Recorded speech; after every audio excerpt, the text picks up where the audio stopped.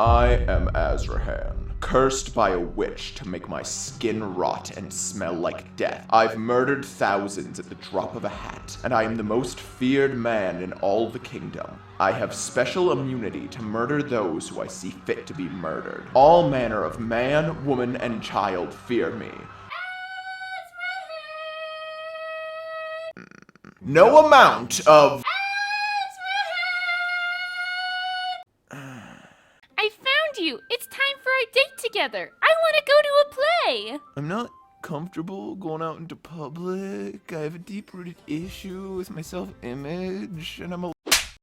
I don't give a shit what you feel. You have to listen to me and do everything I say and want, and if you don't, I will constantly make it your problem. You think you have it tough? Get in line, buddy. I'm the female lead, and I've lived a worse life than you can ever imagine. So don't disagree with me, or you'll get what's coming to you.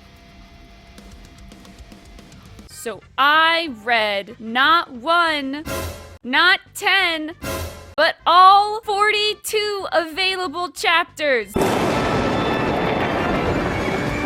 of a comic called I Thought My Time Was Up.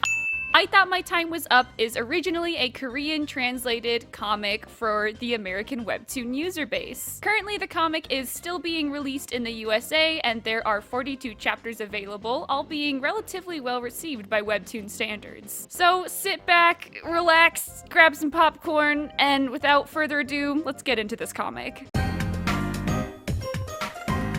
We begin our story in the magical kingdom of... They don't actually tell us where the story takes place, but seeing as how magic is involved, it's safe to assume it's a made-up kingdom. In this kingdom, magic is used to heal or purify people, with purifying magic being less desirable than healing magic. Lariat, our main female boss babe, is a purification witch, supposedly one of the strongest to have ever lived. We open with her being told that a diagnosis she had received months prior was wrong, and that she is in fact not going to die anytime soon. This is a problem for her, since she had already implemented a number of life changes since receiving her wrong diagnosis. Will she go back to her old life, or continue living the one she created for herself? Oh, but rather than focusing on that, we're thrown back to the day she received her wrong diagnosis. Lariat had decided to go see a doctor in secret for some very strange symptoms she was having. Her symptoms include not sleeping well, acid reflux after eating something spicy, and a racing heart sometimes. Naturally, the conclusion is that Lariat is dying. Lariat finding out she's dying kicks the story off with her deciding to make a bucket list and accomplish everything she can on it before she dies. She only has a few things on her bucket list, making it pretty doable within the span of 3 months. One of her items is dating a handsome man, but only for 3 months, which is a little problematic to me because it's kind of a shitty thing to do to the partner, but if they agree to it, I guess it's fine. It was not. We come to find out that Lariat's family are all assholes who don't care about her. They had neglected her all her life, even planning on having her marry an ugly man to solve their financial debt. Lariat eventually gets kicked out of her house for breaking off her engagement to the ugly man, who is also the obligatory rapist character that you are more than guaranteed to find in these types of webtoons. Come on out, you rapist! She hears that Duke Crandall, or Asrahan as we'll come to know him by, is looking for someone to cure his 20-year-old curse. Asrahan's curse basically consists of his skin rotting off his body and him smelling like death, which would be really cool imagery, but we aren't shown a totally gruesome and horrifying image of rotting flesh. After all, he is the love interest, so he has to look handsome. Lariat decides she wants to date Asrahan, so in order to trap him, Lariat proves to him that she is a very powerful magic user by curing a part of his body on the spot. In exchange for room and board, Asrahan agrees to house Lariat if she cures his curse. Asrahan is now, and continues to be, very clear about their employee-employer relationship. It's one of the first boundaries we see him set that is immediately broken by our boss babe Lariat. Don't worry, she'll never face repercussions for her actions. violence, and thus starts a pattern that persists throughout the entire comic that I really dislike. We are constantly shown that Asrahan definitely has issues with making human connections because of his curse and violent background. There's rarely a panel between the two where my boy doesn't look like a straight up scared animal that's been caught in a trap. I would normally really like such a forward boss babe, since in the terms of this YouTube commenter, I don't like getting blue-balled, but not when it's constantly at the expense of another character who's visibly upset every time Lariat pushes him to do something he's clearly uncomfortable doing. Oh, but it's a hot girl doing it? Okay, no, we're fine. So since they've started living together and Lariat is curing his curse body part by body part, we are introduced to their magic rules. Basically, you can't use magic on someone with a higher level than you or on yourself. There's healing, purification, and divine power, which supposedly have differences, but we're not really shown what those are aside from the fact that some use more energy than others. Meaning Lariat has to constantly get healed for using her powers on Asrahan, introducing us to our third in the love corner, Doha, a very powerful priest who might be the next pope in their world. He's also conveniently very attractive. He initially hides his identity from Lariat and Asrahan for unknown reasons, but upon finding out Lariat is potentially more powerful than him, he keeps his identity a secret to be able to learn more about her or something. Meanwhile, Lariat is constantly pushing and trying to get closer to Asrahan in order to date him. I'm gonna get off by cranking your knob just a little beyond the breaking point. Asrahan is setting very clear boundaries for Lariat to follow and understand, but she is constantly breaking them, leading her and him to then make contract revisions for her to be able to date him and see him easier. At the very least, these conditions are consensual, so I guess there's that. But when Asrahan tries to refuse to do certain activities with Lariat, she resorts to violence. And what's worse is that it's played off as cute and brave on her part. It's still abuse if it only happens once. It's still abuse if the abuser is a hot woman. I would almost find her character motivations interesting, since from her point of view, she's about to die. But with the initial blurb we're shown that she's not actually dying, it makes all her actions seem hella shitty when we're reading through them. A lot of stories will start by telling you the ending, like Romeo and Juliet, which starts by telling you that they kill themselves at the end, and it sets you up dreading their deaths throughout the entire story. But it seems like here, they've achieved the exact opposite effect, where through the whole thing, you just find yourself thinking, well, none of this matters because she's not actually gonna die. Even if she was about to die, that doesn't give her the rights to another person, and it certainly doesn't give her the rights to treat them like dirt. Eventually, Lariat's tactics do work and the pair start officially dating, though with totally different expectations. With Lariat dating with the expectation of breaking up after 3 months because she's about to die, and Asrahan seemingly hoping and planning for a wedding. This all happens by chapter 14, and most of the rest of the comic is just fan service being delivered to us by the finest spoon-feeding nurse money can buy.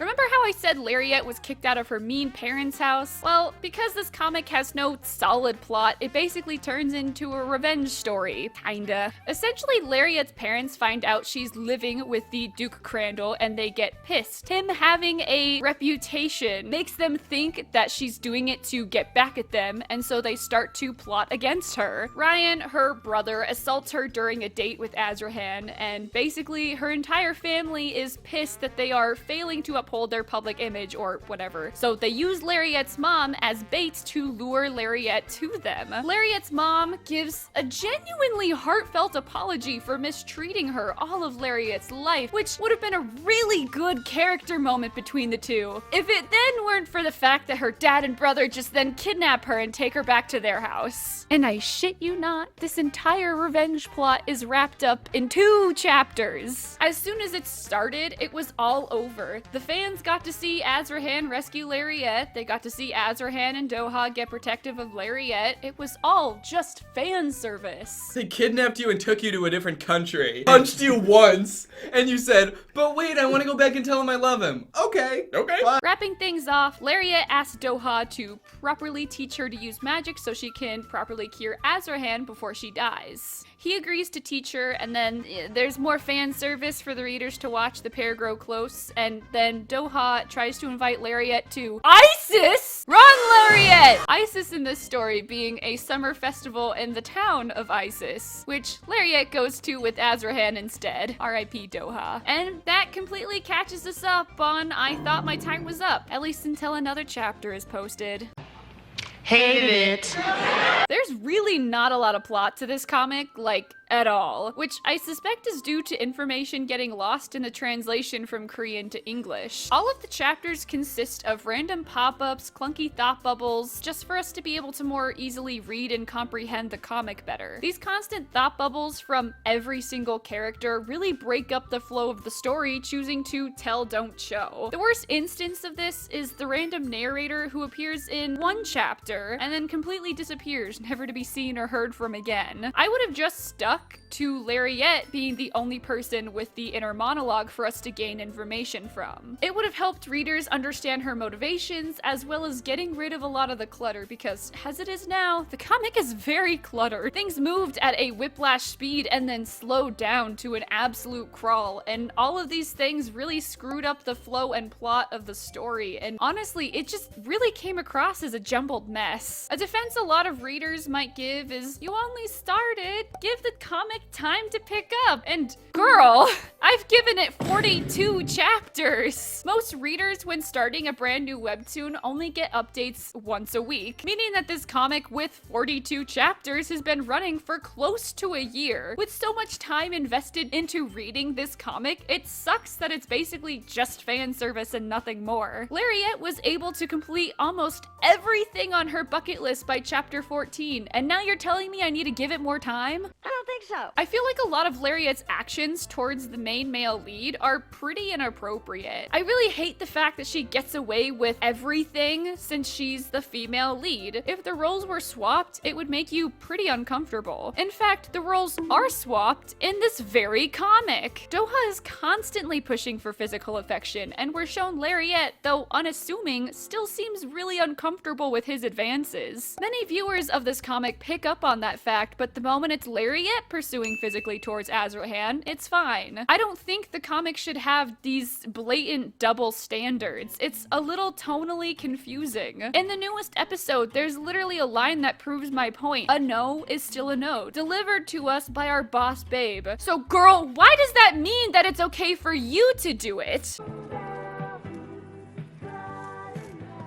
Don't rush me, Katie. Not to mention the fact that it's inappropriate. Even if in the end these two say they love each other, that's not an excuse for one partner to then violate another's boundaries. I still love milkshakes even if they physically assault me an hour after I drink one. We're constantly shown in the beginning of the relationship that Lariat doesn't even like Asrahan that much, and that she's frustrated he isn't the one putting effort into their relationship. When at every turn and moment we're shown, as well as Lariat, that he wants to take things slow and that he's visibly uncomfortable when Lariat breaks his boundaries. It all made me feel really icky when I was reading, just hoping that at some point Lariat would take the hint and back the hell off and give him some space. He even tells her this, but does she listen? No. I really think this comic would have benefited from us not learning from the very beginning that Lariat isn't dying. I think it would have made her actions seem a lot more frantic, and it would have put a lot more value into her actions, whether they were positive or negative. Because we're shown she isn't dying, it then lowers the stakes of the comic to a bar so low a worm couldn't crawl under it. While the comic is called I Thought My Time Was Up, and the description also tells us that since Lariat has already implemented so many changes, how will she continue moving forward? I thought that with the speed the story was going at for the first 14 chapters, I would have seen her get to the end of 3 months by chapter 30 at the very least.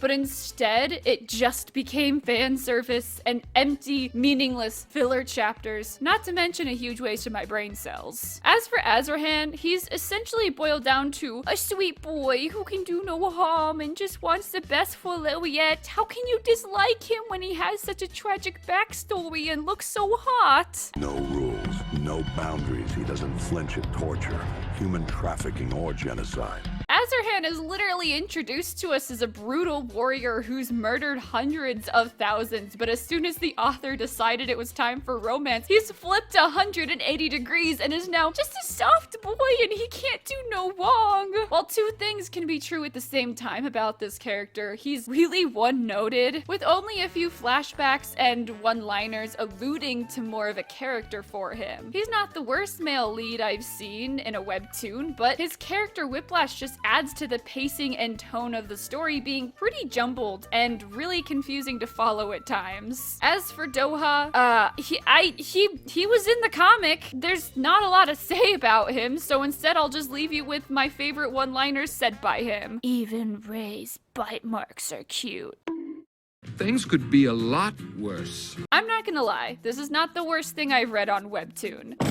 I was usually engaged in what was happening up until a certain chapter. That chapter being 18 when I realized the comic was just gonna be fan service from then on. And there was at least something to the characters, albeit not an onion's worth, but there was a little something I could dissect and think about when it came to why certain characters did certain actions. There are a few lines and art pieces that are scattered throughout the comic that would occasionally make me laugh and giggle. I think whoever translated the comic definitely had fun doing so, and it really shows, and I could appreciate it as I was reading. The reason I think this is there are occasionally little snippets you can find as you go along that don't look like they were added in by the original creator. It was just a little fun extra thing that they didn't really have to do, but I enjoyed it nonetheless. And at the very least, the audience hasn't had to subject themselves to a never-ending story, and the comic gets to the point on things. Well, you know, everything except the plot we had been promised. I'm hungry. So lick that coat. You smell like Grilled cheese. What? Grill me a cheese.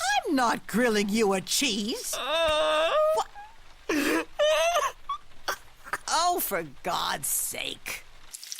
And if you were curious, I'm not going to talk about the art since more than half of each panel is just 3D models inserted into the comic. Yeah, the characters are drawn nicely, but when you take a closer look, they're the only things that are actually drawn. I appreciate even the shittiest webtoons when everything has been drawn and not just had 3D assets slapped in. Everyone is stupid except me. I mentioned not wanting to learn about Lariette not actually dying until later in the comic, and that still stands. I think it would have made her actions to readers seem and look more frantic instead of being an excuse as to why Lariette is acting like a predator. We could see her maybe understanding that rushing into a relationship with Asrahan is clearly bothering him, but she's on a time limit, so she has to do what she has to do. But as is, she just seems like a spoiled and entitled person that thinks she deserves something because she thinks she's dying. I would have also made Asrahan have more depth to his character, more onion-fied, if you will.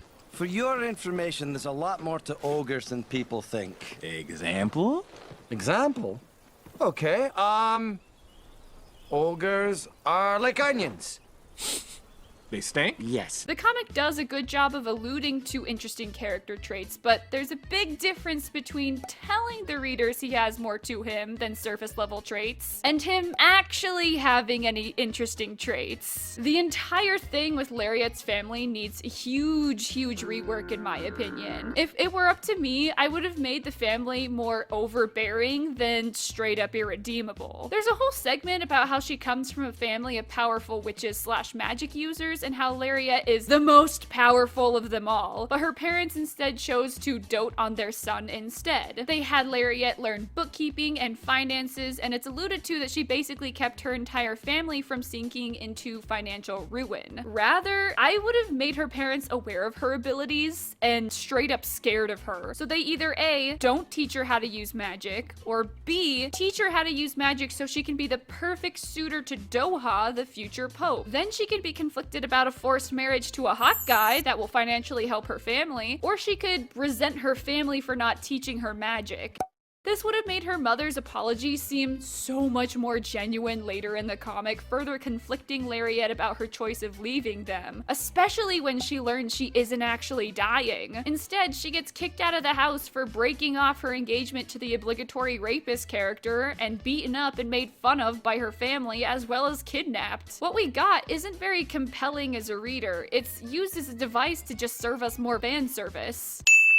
Also, the pacing and plot need some help, but not like a ton. I would basically get rid of all the fluff and fat and cut to the chase. It's odd, this comic will move at a breakneck speed in order to get a plot point over and done with, but the moment there's nothing more to do, it will slow down to just a crawl and give us cute date moment after cute date moment. I just really wanted to see Lariat get faced with her decisions and work through the next steps after learning she really won't die.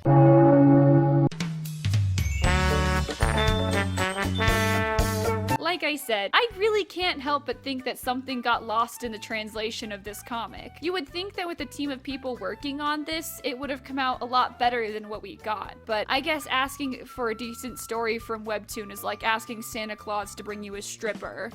Overall, I don't know if I would recommend this comic very often to people looking for a good romance comic. I guess if you don't want to be blue-balled, it's fine, but that's all it is. Just fine. Nothing too abrasive, but nothing too memorable. I can't see myself going back and reading new chapters either. Normally, I would recommend a good romance alternative that is similar to the comic I just read, but I'm actually at a loss for romance comics that take place in mystical medieval lands, so I will recommend something a little different. Brass and Sass, a very cute high school romance centered around a pair's love of music. With drama and character development and really cute art, I definitely recommend giving it a read if you're down bad for a webtoon romance. My name is Maddie, feel free to leave me your comic recommendations in the comment section, and I'll see you in the next one.